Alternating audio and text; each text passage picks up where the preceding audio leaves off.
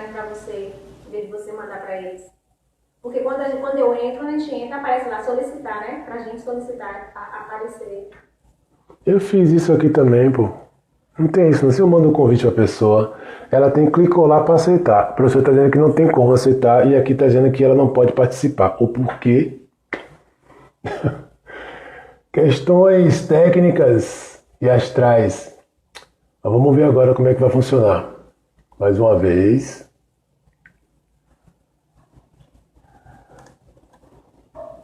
São energias, minha gente.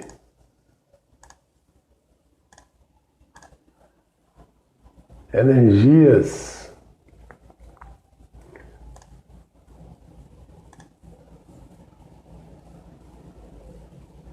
Então vamos fazer assim. Professora Suzane, a senhora pede para entrar. Para ver se agora a gente consegue.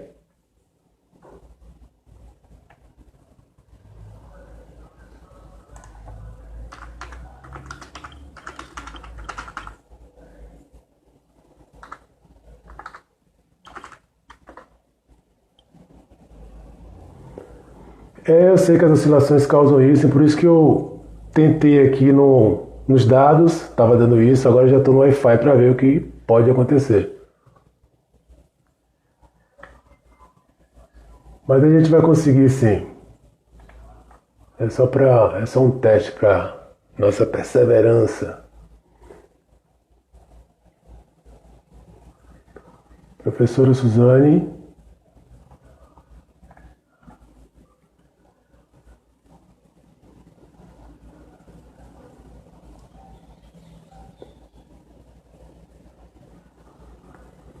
Então eu vou falar aqui sobre o meu projeto.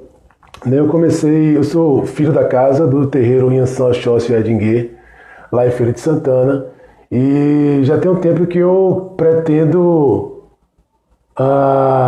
desenvolver uma pesquisa mais aprofundada no que diz respeito à minha casa em si e todas as entidades que nela passeiam, né?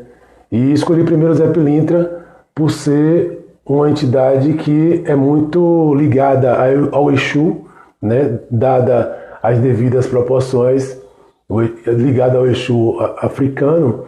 E o Zé Pilintra ele tem uma particularidade de ser uma entidade quente, uma entidade fluida, né?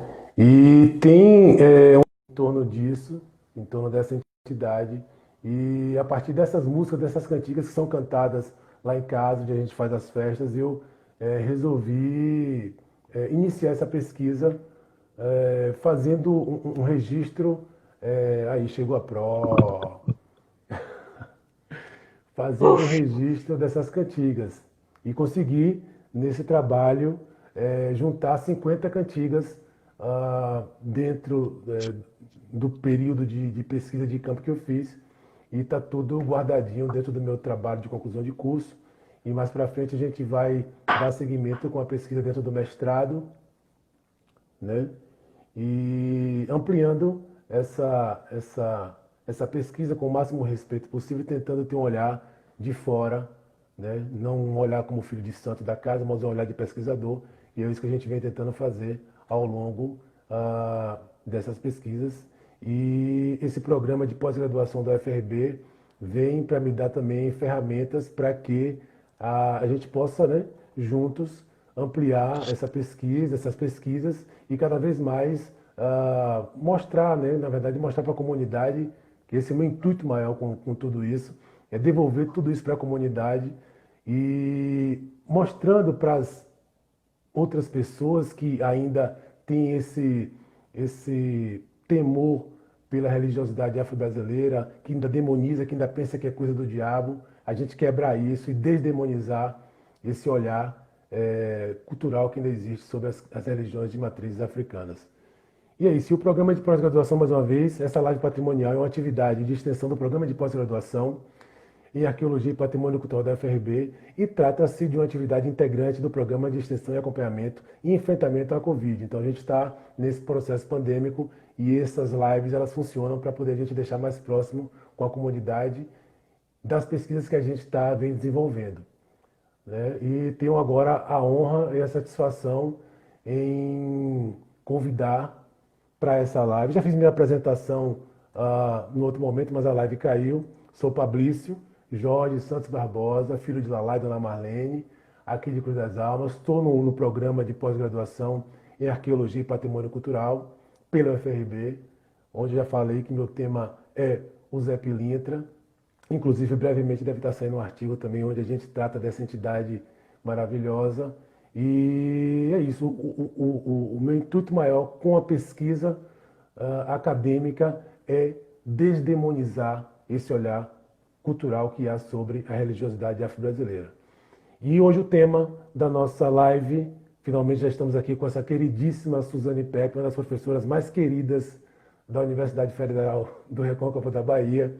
A gente vai abordar o tema, um dos temas mais polêmicos até hoje abordados numa live patrimonial, que é Exu, Memórias e Sexualidade. A professora Suzane é professora adjunta da Universidade Federal do Recôncavo da Bahia, doutora pelo Programa de Multidisciplinar de Pós-Graduação em Estudos Étnicos e Africanos pela UFBA, mestre em Arqueologia e História da Arte pela Universidade Católica de Louvain, na Bélgica, e graduada em Artes Plásticas pela Universidade Federal da Bahia. E uma professora que me deu espaço dentro desse universo acadêmico para a gente poder juntos iniciarmos essa pesquisa sobre o Zé Pilintra e as demais possibilidades dentro do campo afro-brasileiro. Professora Suzane, a palavra é Vamos sua. começar. Tá me ouvindo? Estou ouvindo muito bem. Bem, desculpem, porque eu acho que eu bloqueio tudo no celular para que ter maior proteção e nessas horas complica. Eu queria, né, em primeiro lugar, né, dar bom dia a todos e a todas que estão nos ouvindo. Agradecer demais, né, a organização do programa com os estudantes, porque né, todo um esforço que se faz e está sendo muito importante. Quero também, em especial, agradecer a Fabrício por toda a paciência dele comigo, e eu acho que isso é recíproco, né? Nós estabelecemos uma relação muito boa quando ele estava na graduação em museologia, porque eu fui orientadora dele de IC, com Bolsa FAPESB, quando ele realizou um trabalho sobre o atabaque, na verdade, mais relacionado com os ogãs que fazem o atabaque. Bem, minha relação com o candomblé, ela se deu de forma muito breve, mas a minha família com envolvimento, meu pai ogã, conselheiro num terreiro de Salvador, importante, e eu ia sempre para o terreiro, sempre ia assistir festas. E ficava muito impressionada. E morria de medo, tinha muito medo de embolar. E aí eu deixei completamente, desde os 14 anos eu parei de ir, de acompanhá-los, e passei, né, me distanciei e tal, uma fase sem religiosidade, talvez, sem religião, na verdade. Mas as questões religiosas, elas sempre me deixam muito inquietas, e eu tenho uma relação com as religiosidades, eu gosto de saber, eu me sinto bem nos rituais, seja do candomblé, da Umbanda ou de outros, e eu sou como que atraída por essas temáticas.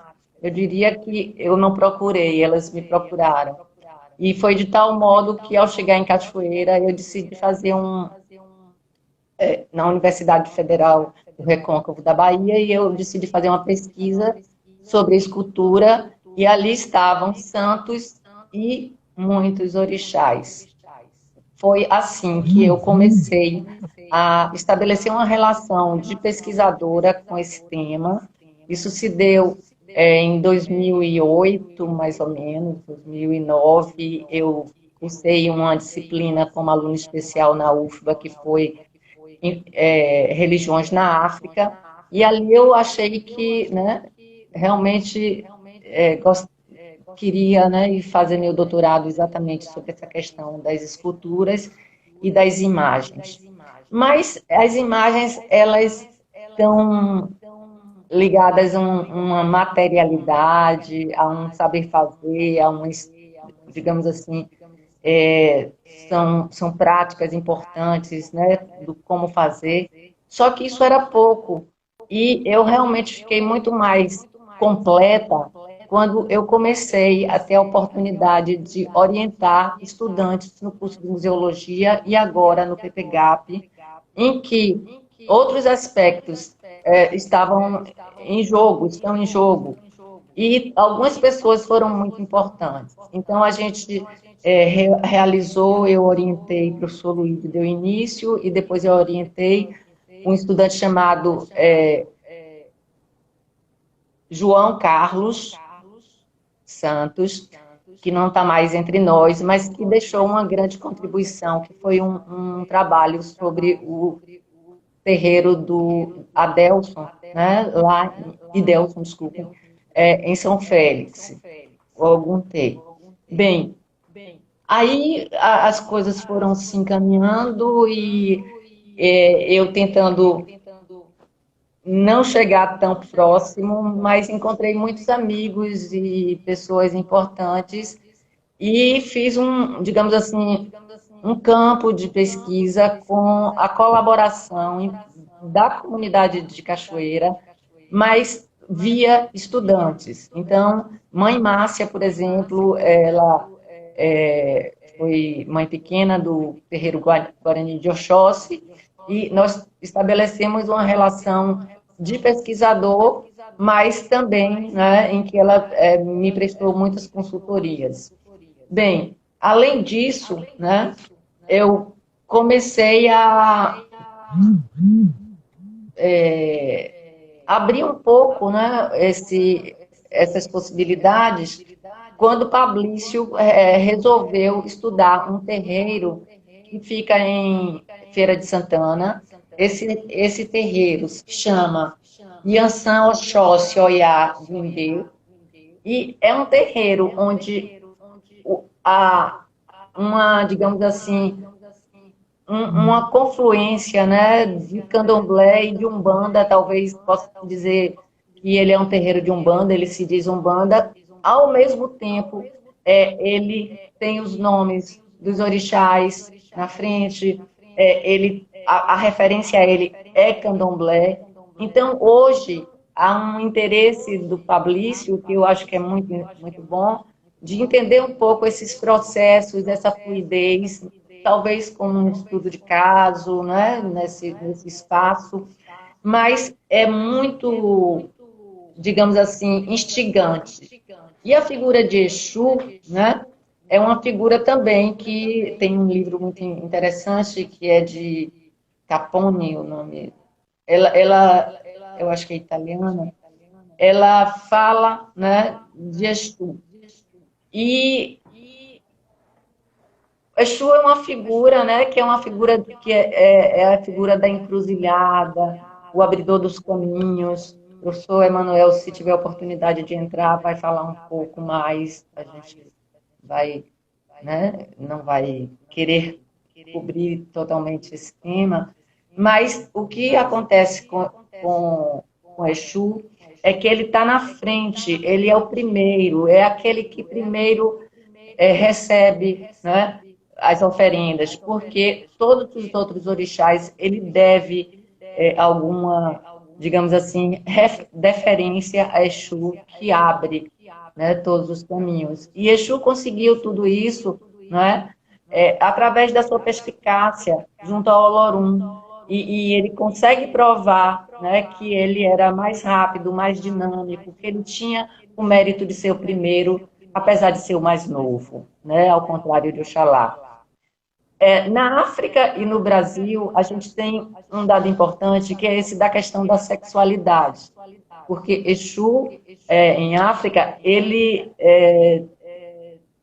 é representado, né, por exemplo, em alguns espaços que sejam entrada de comunidades, que seja mesmo na feira, com o falo. E esse falo que representa essa virilidade masculina. E alguns monumentos recebem libações, recebem o azeite de dendê nesse falo, e isso tudo se constitui em rituais, né? É uma virilidade no sentido da masculinidade. Talvez alguns achem que isso seja machismo, mas a gente também tem nas religiões de matrizes africanas as mulheres como representação da maternidade, ok? Então, são culturas que trabalham, que têm essa compreensão, e a gente não vai entrar aqui no mérito, né, nesse mérito do feminismo, do machismo. A gente tem que compreender essas figuras dentro das suas origens, dentro da sua cultura, com um olhar mais antropológico, mais etnográfico. Eu coloco para Fabrício como é que ele quer administrar, se eu continuo a falar ou se ele... Não, a gente tem mais 5 minutos para sua fala, para a gente depois chamar o Tá, convidado, o Manuel. tá ok. Bem, e ao mesmo tempo, né, tem uma outra figura que o Fabrício está estudando, que é a figura do Zé Pilintra. Essa é uma outra figura porque ela tem uma representatividade muito grande na Umbanda, mas ela se torna bastante popular. O Zé Pilintra, ele traz, né, um estereótipo, porque a Umbanda ela tem talvez no Nordeste, né, a depender da, da versão, outros acham que a Umbanda nasceu no Rio de Janeiro, e o estereótipo, a figura desse é a figura do malandro carioca. E a Umbanda, tudo indica que ela começou em 1900, início do século, né? 1908 ou 18, não lembro bem. Mas assim, ela acontece porque um determinado médium recebe de um caboclo uma mensagem de um caboclo das encruzilhadas, e ela tem, né, a Umbanda, toda uma vontade, ela se forma com a afirmação da brasilidade, ou seja, as figuras, como os orixás, continuam a ser cultuadas, elas ganham essa, digamos assim, correspondência, né? Essa correspondência com os santos católicos se legitima, e também a incorporação, digamos, a aceitação do culto com grande facilidade dos espíritos velhos e outros que vão aparecendo, a Pombagira, o Zé Pilintra, a Maria Padilha e tudo mais. E essas figuras, né, elas são bem típicas da Umbanda. O caboclo, presente na Umbanda, né, em alguma linha, ele também está presente nos candomblés, sobretudo os candomblés que se dizem Angola. Mas o caboclo, vocês podem ver isso no livro do professor Jocélio, ele está presente nos terreiros, mesmo aqueles terreiros ditos mais conservadores ou de matrizes Queto e matrizes Nagô, né? Nagô e talvez Jeje também, mas assim, existe um espaço para o caboclo que é um espaço diferenciado. Ele é cultuado fora do templo. Uma série de questões que aparecem. Então, para concluir a minha fala, a gente pode dizer que dentro desse mundo das culturas de matrizes africanas e essas outras variantes, né, que seriam as encantarias, a gente pode dizer que há, porque os encantados, essas entidades seriam encantados, são entidades que, né, têm, digamos assim, qualidades específicas. E, nesse momento, né, esse que a gente vive, aliás, desde sempre não existe uma religião pura. E, nesse contexto, mais uma vez, né, a gente vê esses processos. Estudar religiões significa pensar em ritos, em mitos, mas também, né, de que não é igual em todos os lugares, ok? Porque a gente tem essa independência, digamos assim, essa autonomia das casas de santo. Eu vou parar aqui para dar oportunidade aos outros.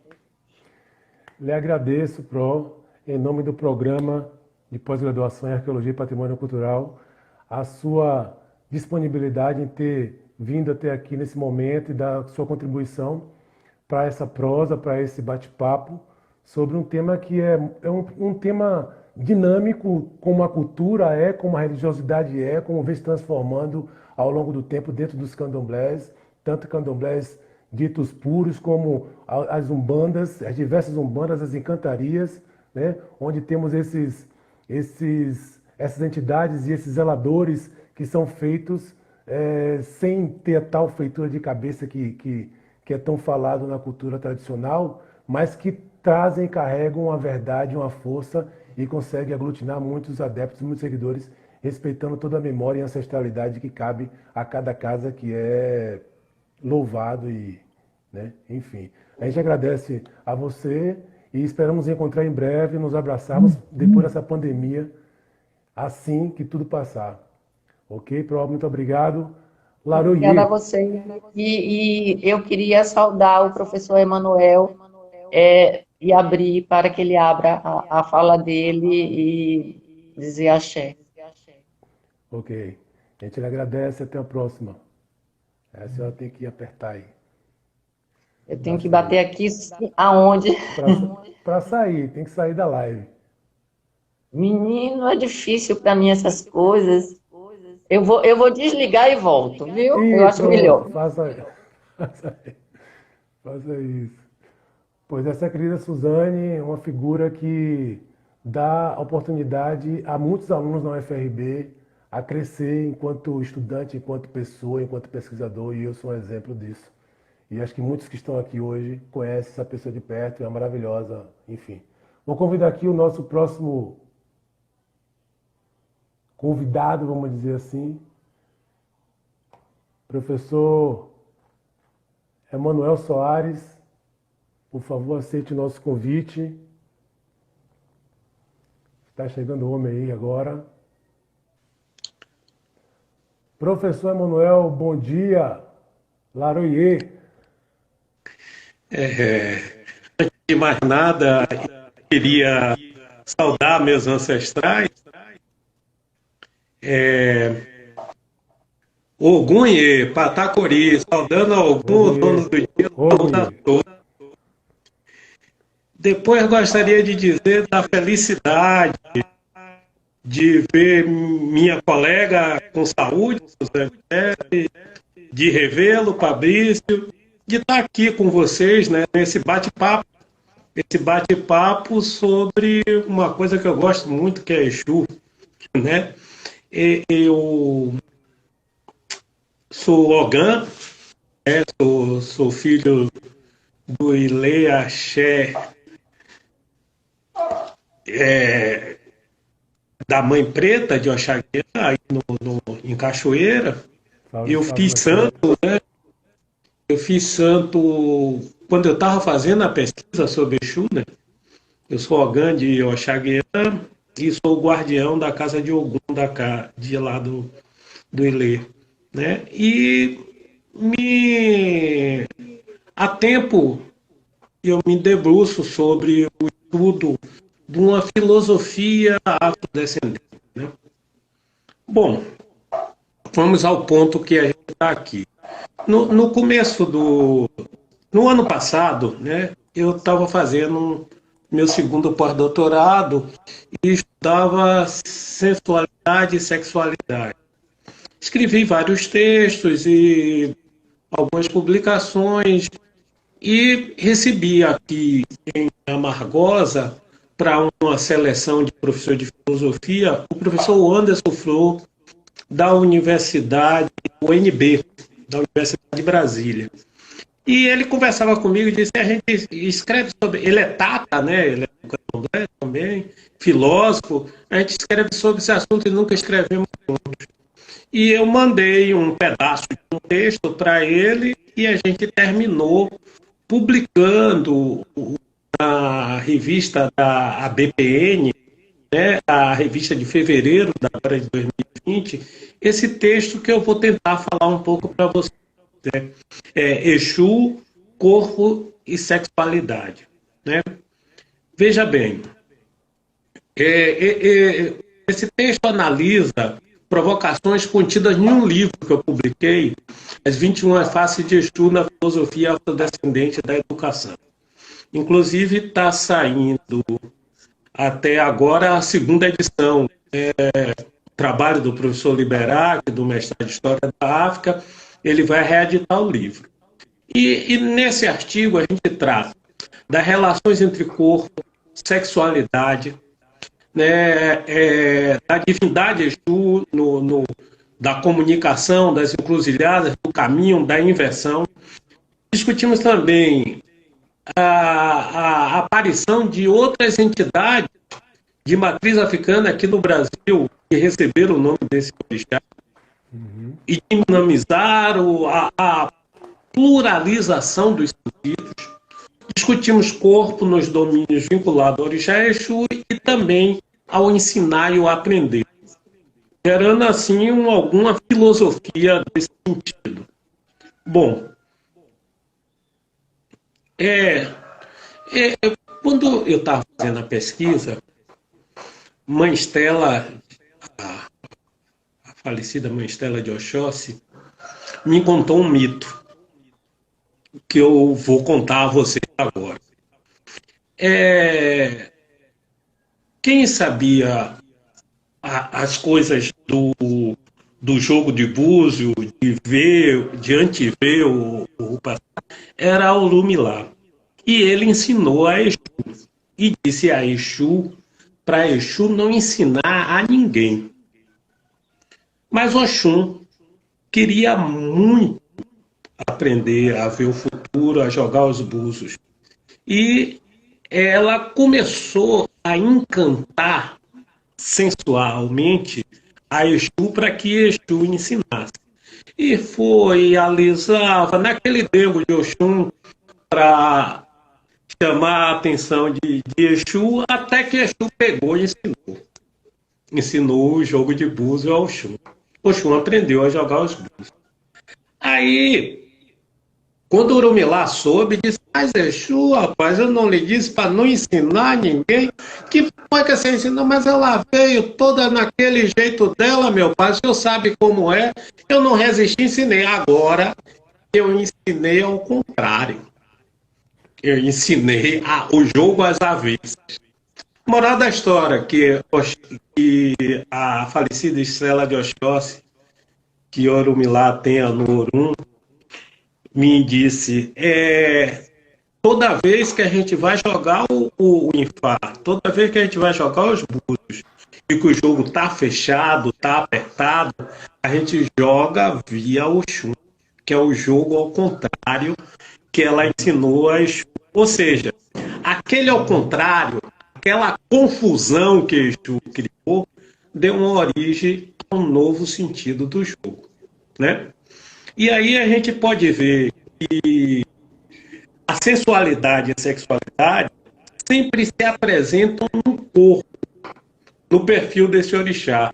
Tem um corpo físico como ponto de partida necessário para a dinamização da palavra. A palavra só ganha força a partir do corpo do Exu. Tem que ter essa comunicação para que a educação aconteça. Bom, quando se fala em sexo e corpo, sempre vão aparecer discursos sobre gênero, que trazem à tona também uma outra coisa que uma pesquisadora americana descobriu aqui, que é a matriarcalidade. Eu chamo essa matriarcalidade de uma inversão exuriana de valores. Você veja bem, numa sociedade machista, escravista, as mães de santo, as mulheres, vão passar a ser as poderosas, vão fundar a religião e vão sustentar, proteger espiritualmente e materialmente o terreiro. Isso é uma inversão exuriana. Você vê, vocês podem observar em Cachoeira as senhoras da Boa Morte. O poder dessas mulheres perante até a igreja. Né? Ninguém pega Nossa Senhora a não ser as mães de santo. Né? Há uma inversão uma inversão e isso é coisa de Exu. Exu é considerado o Egbá que está na hierarquia do universo, Olorum e Orixalá, né? E depois vai aparecer Exu. De acordo com os mitos, Exu foi a primeira forma de existir. Antes deles havia água e ar. Bem no princípio de tudo, havia apenas o ar. O Lorum era uma massa de ar infinita. Quando ele começou a se mexer lentamente, a respirar, parte do ar se transformou numa massa de água. E assim originou-se Orixalá. O ar e a água moveram-se e parte deles tornou-se uma lama líquida.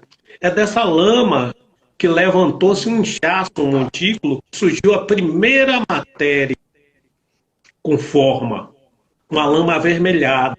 O Lorum admirou essa força e soprou sobre o montículo, dando-lhe vida. Essa primeira forma de existência é a leterita, era Exu, o protótipo de Exu, o ancestral, o Exu Agbá. Exu se tornou rei de todos os descendentes, o Exu Obá, também Exu Yamin, por conta da associação com a leterita, que se chama Inhanjin. Inhanjin é a representação mais importante de Exu. É uma massa, é uma matéria de barro vermelho, né? Exu, nas narrativas místicas, foi o rei da nação Queto, e dessa nação se originaram importantes candomblés aqui na Bahia. O Queto foi um antigo reino da África, e os Egbá, da divisão dos Urubás, que na época da escravidão, massivamente vieram para a Bahia, inclusive aí para Cachoeira e para o Recôncavo. Esse povo que muticamente seria ascendência de Exu, nos lega no Brasil as religiões de matriz africana, que tem Exu como princípio, é o arquê, é o primeiro que vem na frente, Sivaju, seja dessa maneira, está presente em tudo aquilo que se produz a partir dele.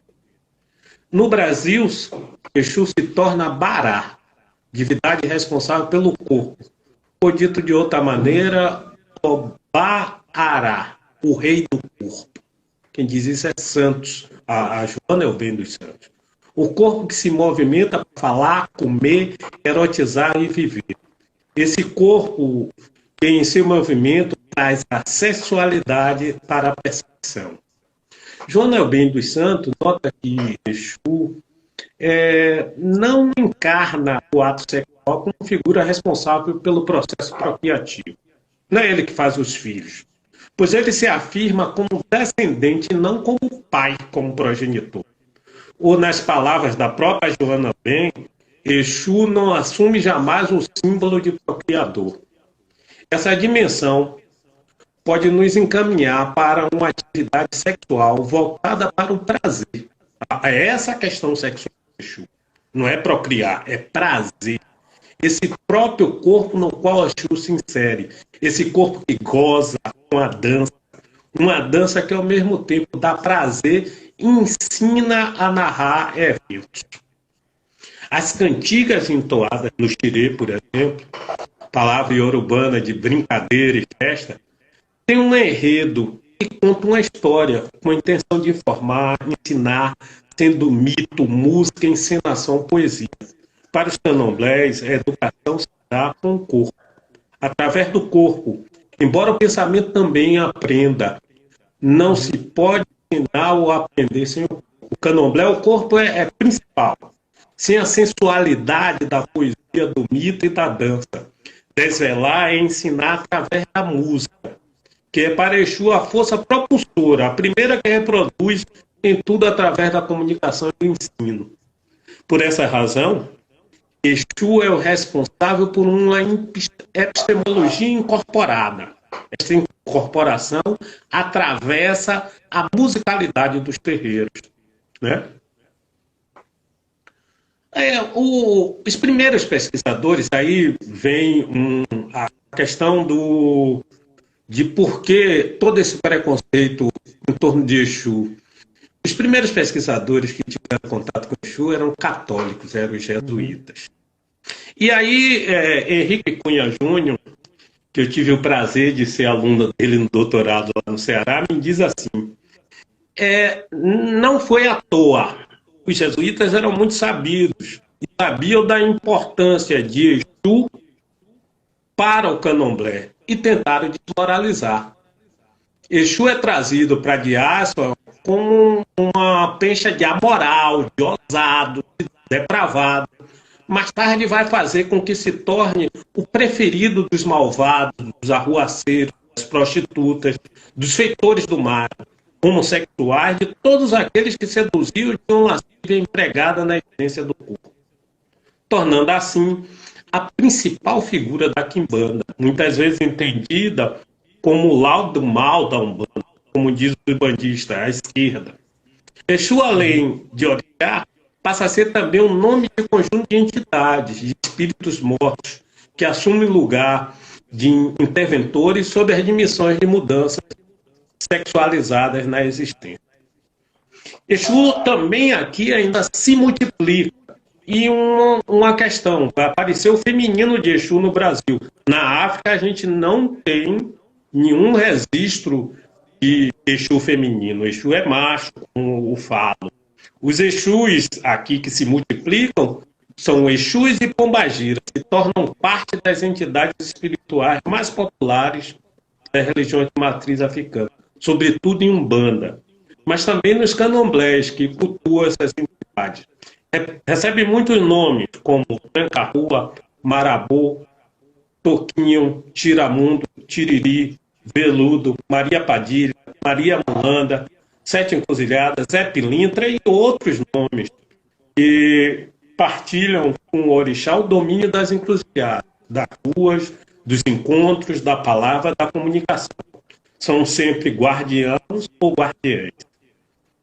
Dessa maneira, devido à interpretação errônica que veio do cristianismo, Exu é mal compreendido. Quer seja intencionalmente, que é aquilo que eu falava aqui, Henrique Cunha me dizia, que foi intencionalmente, para desqualificar a religião africana ou por ignorância. Tem muita gente que é por ignorância. Não conhece, nunca ouviu falar e fica repetindo a besteira que os outros dizem. Um assunto que, inclusive, o José me tocou, é a pureza do candomblé. Né? Algumas casas nomeiam os candomblés que tem caboclo de maneira depreciativa. Né? Inclusive tem preconceito a Exu dentro do próprio candomblé. Né? Chama esse candomblé que cultua Exu de umbandomblés ou candomblé de caboclo. Não apenas essas identidades não são cultuadas, mas nas casas tradicionais, o Opofunjá, o orixá Exu não é iniciado em membros da comunidade. Né? Quando alguém, engraçado, eu inclusive perguntei à minha mãe, quando ela fez meu santo Ogum, eu digo, eu não sou de Exu, não. Porque é muito comum no candomblé, quando o cara é de Exu, faz Ogum nele. Não inicia ele no orixá Exu. Os membros da comunidade e Exu não dançam nas festas públicas, o que pode ser um sinal de uma tentativa de não inserir elementos do culto da Umbanda, mas também pode indicar uma discriminação proveniente do cristianismo. O candomblé é atravessado, o candomblé nasce dentro da igreja. Tendo em vista que Exu ou Exus e Pombagira foram associados ao demônio. Com isso, pode-se pensar, uma vez que Exu tem uma vinculação fundamental com a corporeidade, com a negação do corpo, que chegariam até as religiões africanas. Essa discriminação aumenta quando se fala em Maria Padilha. Quando fala na mulher, pior ainda. A mais sensual e sexual. Uma das mais populares das Pombagiras e Exus femininos. Ela é representada como rainha das prostitutas e é o corpo da que melhor representa a sedução. Vai fazer parte da Umbanda, da maioria dos candomblés. É responsável por resolver problemas de amor, sexo, alcoolismo, ou seja, tudo que esteja ligado a corpo, vícios e desejos, onde inclui os relacionamentos amorosos. Pombagira nos apresenta uma outra face dos femininos para a religião de matriz africana. Nela não encontramos a imagem tão cara ao patriarcado ocidental de um feminino dócil, submisso, dependente ao masculino frágil. E isso, ao mesmo tempo, reflete como reforça as configurações de gênero distintas que perpassam o terreiro.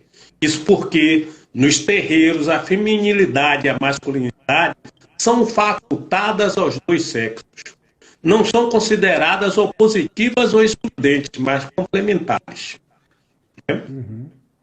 Esse feminino empoderado, material pelo corpo e espiritualmente, por meio da junção do corpo e potência em fazer as coisas, faz da pombagira um signo interessante para enfrentar imagens estáticas, vulnerabilizantes que o patriarcado ocidental fez das mulheres.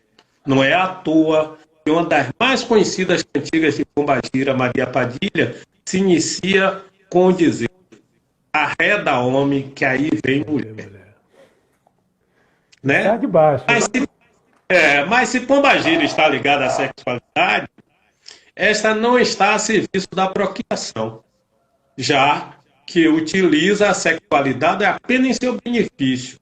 O fato de ser mulher de 7 Exus expressa, na verdade, o poder sexual transbordante e não uma submissão. Sua representação é dotada de todos os atributos, mesmo recomendáveis pela moral patriarcal. Sensualidade, sedução, vaidade. Sua posição marginal, ela é a prostituta. Também constitui a sua força, ela é a ameaça com sua independência, equilíbrio entre os sexos, cuja ocorrência implica na sujeição das mulheres, diz Capone. Corpo e erotismo. Eu estou terminando, viu? Fique tranquilo. Na ancestralidade, Estamos tranquilos. o corpo é o fundamento, uma vez que é através do corpo do outro que o ancestral manifesta-se. Porém, fica explícito que as relações amorosas, reprodutivas e sexuais são controladas por Exu. O corpo sensitivo que ama, dança, canta, reproduz, seduz e deseja e sente tudo. Bom, numa roda de candomblé de umbanda, né, o começo e o final se confundem. Tudo começa com Exu, de algum modo, mesmo que seja pelo recomeço, tudo retorna a ele. Como mensageiro, comunicador, ele anuncia o nascimento, também o final da vida. Ele é movimento e processo, portanto está presente em tudo e em todo lugar. Desse modo, Exu é o ancestral guardião do candomblé. Sem Exu não se faz nada. Deve ser fiel às percepções dos movimentos, pensar novamente nelas, reencontrá-las e assim voltar a si mesmo, ao corpo, aos sentidos, aos desejos, às paixões, pois a sensualidade e a sexualidade estão no corpo, são parte do mundo. Vontades e potência minha e do mundo. Nem Egum, espírito dos mortos, ou nenhum outro orixá passa de Exu, pois até na obrigação do axixê, cerimônia ritual fúnebre, que se faz para o Egum, bem como todas as outras obrigações, tem que se despachar Exu primeiro, para que tudo correr bem, e dessa maneira Exu regula o mundo dos seres vivos, dos seres mortos, do corpo. Laroie. Laroie. Muito obrigado pela sua fala, né? E a gente fica muito feliz em poder partilhar desse momento e de informações que são muito raras e caras para muitas pessoas que são ávidas, né, de conhecer um pouco essa entidade, que é uma entidade que chama muita atenção por conta de tamanha demonização que é feita com o Exu e causa esse transtorno cultural, vamos dizer assim, e que nós, enquanto pesquisadores, eu me coloco nesse lugar, iniciando os trabalhos para poder o máximo que a gente puder desdemonizar esse olhar que recai sobre nós, né? Que a gente faz parte da religião, da religiosidade, então automaticamente a gente vai junto nessa demonização. E o máximo que a gente puder trazer, né, para as pessoas informações como essa que o senhor trouxe hoje é muito importante, né? E Exu é movimento, né? Então, se o corpo é movimento, então o corpo é Exu. E há quem diga que cada um de nós tem um Exu, pode não ser, não é o de cabeça, que cada um tem seu orixá de cabeça, mas o Exu vai junto, né? É um dos três regentes de cada ori, um deles é o Exu, que está ali que é para poder justamente dar esse movimento que a gente precisa, esse movimento vital de respirar, de dançar, de interagir, de educar, né? Que é o que através da dança acontece, até como você coloca no seu livro, que educa, né? O Exu educa sem precisar bater, né? Ele educa através dos ensinamentos, e às vezes esses ensinamentos podem ser dolorosos, mas de certa forma é aí que entra a filosofia que você traz para a gente nessa coisa da educação, né? De que Exu é capaz de fazer com a gente, né? E a questão interessante da pombagira, eu tenho no terreiro nosso, tem esse contato direto com ela, e quando ela chega tem que fazer o silêncio para a mulher chegar, tem que respeitar, porque ela é empoderada, é a mulher que não baixa a cabeça para homem nenhum, né? E quem quiser que não respeite, que aí vai ter que pagar e pagar caro. Então, esses mitos e essa força que essa filosofia, né, ancestral traz para a gente, ajuda muito a gente a desconstruir, né, outros conceitos aí já pré-estabelecidos pela cultura, né, eurocêntrica e católica cristã, que infelizmente conturbou muito o pensamento da nossa população, enquanto essa formação de nação e tudo mais. Então, automaticamente, eles vão introjectando elementos para poder desestabilizar, né, e desmoralizar. Mas é isso. Cada vez mais eu pretendo e acredito, junto com você, com o Suzane, com quem mais a gente possa se juntar para poder estar produzindo sempre textos e textos onde a gente possa versar sobre essa desdemonização da religiosidade, né? Se alguém tiver alguma pergunta, o momento é agora, que a gente vai chegando ao fim da live, né? E a gente agradece mais uma vez a todos e todas que se fazem presentes, né? Porque um momento ímpar como esse aqui, a gente tem que repetir. Alguém aqui falou que essa live ela tem que ser colocada em outra plataforma, eu até acredito. De repente, mais para frente, a gente pode fazer um bate-papo ampliado, né? Com convidados a mais que possam, né, ajudar a gente a destrinchar esse assunto com mais, né, ênfase e com mais tempo, para poder a gente abarcar um maior número de pessoas. E eu fico muito feliz em poder hoje estar aqui, né, representando o programa de pós-graduação do UFRB e ter tanto a professora Suzane, que é uma querida, todo mundo sabe disso, e o senhor, que eu sempre vi ali pelo campus, mas na época ainda tinha seus dreads. Eu digo, porra, aquele cara ainda queria chegar perto para a gente trocar uma ideia, e de repente isso acontece nesse momento. Então, se é nesse momento, é porque tinha que ser agora. E eu sou muito feliz em poder estar aqui agora e espero poder contar com sua colaboração mais para frente, para a gente, de certa forma, ir contribuindo mutuamente no que for possível dentro dessas pesquisas, né? Que a gente sabe que o candomblé é um poço sem fundo, né? A gente nunca sabe de nada e está sempre aprendendo, e cada dia uma coisa nova. Assim como uma cultura dinâmica, o candomblé também é dinâmico. E essa dinâmica é que mais me chama a atenção e que mais me deixa curioso e respeitoso com tudo isso, para poder continuar nessa pesquisa. E eu agradeço muito.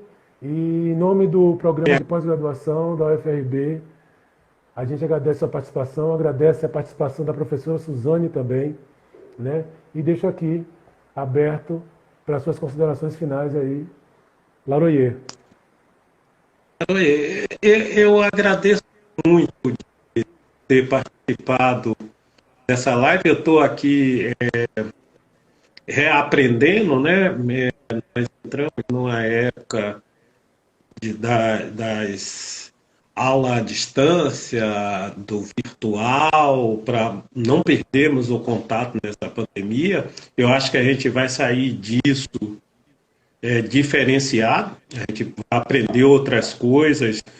Uma coisa mesmo que eu vejo, antigamente eu reclamava muito porque que eu saía de Amargosa e ia até Cruz das Almas para uma reunião. E ultimamente a gente tem feito reuniões e várias reuniões em todos os lugares. Eu fiz reunião até no Ceará sem sair de casa, com a qualidade boa. Então, a pandemia ensinou a gente as coisas, né? Não só o candomblé, a vida é um poço sem fundo. A gente nunca sabe de tudo. A gente sempre está aprendendo. Eu saí de um curso do Mudo na Universidade Federal do Maranhão essa semana. Recebi um diploma, fiquei feliz porque passei nas provas. Então a gente está sempre reaprendendo. A gente está sempre buscando novos caminhos e esse é um novo caminho. Eu gostei muito de ter participado, eu agradeço ao programa, agradeço a todos vocês, gostei muito de ver os anos de saúde, né? Fico muito preocupado. Espero que todos vocês fiquem em casa, se cuidem, e isso vai passar. Obrigado. Mais uma vez, a gente agradece o nome do programa. Fique bem, fique em casa. Muita saúde para você, para seus familiares, muita axé, muita força, muita luz. Que Ogum lhe proteja, que Exu esteja sempre nos seus caminhos, livrando de todo e qualquer mal, e lhe estabeleça muita saúde sempre, sempre, sempre. Muito grato, muito grato. Obrigado. Professora Suzane também, a gente agradece, muito agradecido também. Até uma próxima. Muito obrigado, professor Manuel. Obrigado. Obrigado a todos vocês também que se fizeram presente, a todas e todos. Até uma próxima e fiquem atentos a outras lives do programa. Até uma próxima. Tchau, tchau.